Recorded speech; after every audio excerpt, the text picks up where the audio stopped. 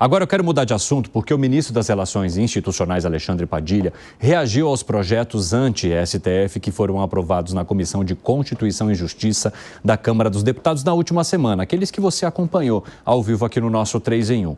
E qual é a posição do governo em relação a essas decisões tomadas ali na CCJ? Hein, Anelli? Bem-vindo. Obrigado, Evandro. Muito boa tarde a você, boa tarde a todos ligados aqui no 3 em 1 da Jovem Pan. O ministro das Relações Institucionais, Alexandre Padilha, disse hoje, aqui no Palácio do Planalto, logo depois de uma reunião com líderes no Congresso Nacional e também com alguns ministros, que a prioridade do governo para esse ano é a aprovação da reforma tributária, a aprovação da regulamentação da reforma tributária. Isso porque essa regulamentação já deveria, na avaliação do governo, ter sido aprovada antes, mas por conta do período eleitoral, que provocou, consequentemente, o esvaziamento do Congresso, essa regulamentação ainda não foi aprovada e segue sendo a prioridade do governo federal. O ministro Alexandre Padilha disse ainda que o governo não tem interesse, então, nessas pautas consideradas como um revanchismo por parte do Congresso junto ao Supremo Tribunal Federal, pautas essas que, como você disse, né, Evandro, foram aprovadas já na Comissão de Constituição e Justiça da Câmara na semana passada. 4 projetos, sendo um deles a PEC 8 de 2021, que acaba proibindo as decisões monocráticas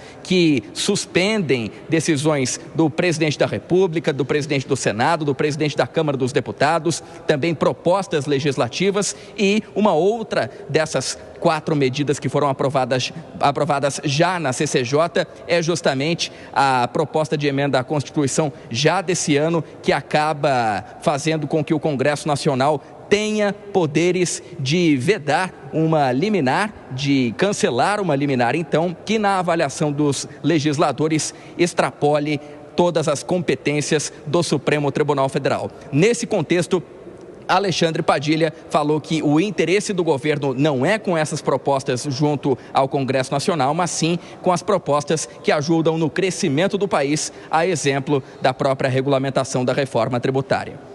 Nós sempre defendemos, vocês sabem disso, que o Congresso Nacional esteja concentrado nas propostas legislativas que sustentam o atual ciclo de crescimento econômico do país, de redução do desemprego, de melhoria salarial das famílias, de saúde das contas públicas. Para nós, essa é a prioridade absoluta. Nós achamos que qualquer outra proposta, qualquer outro tema, nesse momento, não deveria ser prioridade do Congresso Nacional. Inclusive, qualquer conjunto de medidas que na prática possam ser vistas, né, ou atitudes tomadas sobre a espécie de retaliação à postura da Suprema Corte sobre qualquer tema.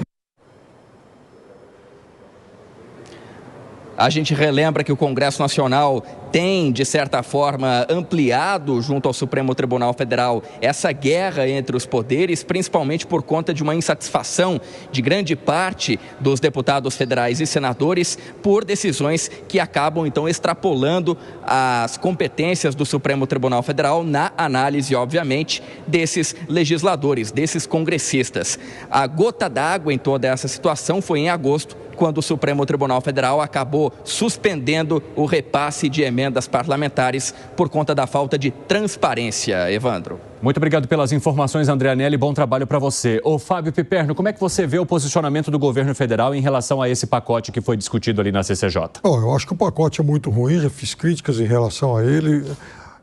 Veja, eu acho que dá para discutir sim a questão das decisões monocráticas, revisando todo um trabalho que o Congresso fez. Isso aí sim, talvez o que se salve nele. O resto é para jogar no lixo. De qualquer forma, veja, como é que alguém imagina que Arthur Lira, louco para levantar, né, o troféu da reforma tributária, vai atropelar esse cronograma, colocando em votação esse outro tema também muito sensível antes da reforma tributária. Há a menor chance que aconteça na atual legislatura. Ô Zé Maria Trindade, o que o presidente do Senado tem dito, o Rodrigo Pacheco, é que aquela decisão que pode mudar sobre a questão da decisão monocrática, aquela sim poderia ser constitucional, ou seja, assuntos que forem definidos pelo Executivo e pelo Legislativo só poderiam ser alterados no Supremo Tribunal Federal caso forem a plenário. Agora, aquela outra proposta que prevê que o Legislativo possa revisar decisões do Supremo Tribunal Federal, aí o presidente do Senado já tem adiantado que, na visão dele, isso parece inconstitucional. Pois é, vou dizer aqui, a Comissão de Constituição e Justiça foi dominada, e no bom sentido, isso foi muito importante, pelos partidos de oposição, liderados pelo PL, né?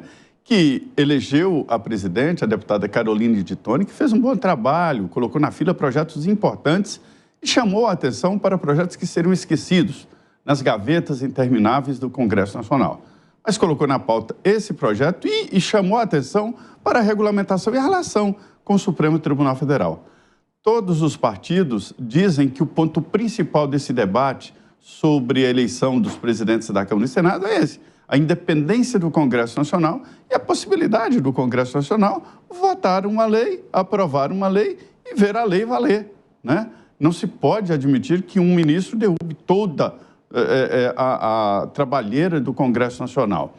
Então, assim, são 3 projetos importantes que estão na Comissão de Constituição e Justiça. O outro vem depois.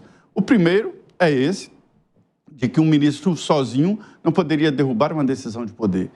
E isso é tão verdade de que os próprios ministros do Supremo Tribunal Federal colocaram no regimento, e isso é novo, né, de que logo depois de uma decisão monocrática, o assunto tem que ir ao plenário, ou seja, a autocontenção, chamada autocontenção. Está certo, Supremo, levar para o plenário do Supremo.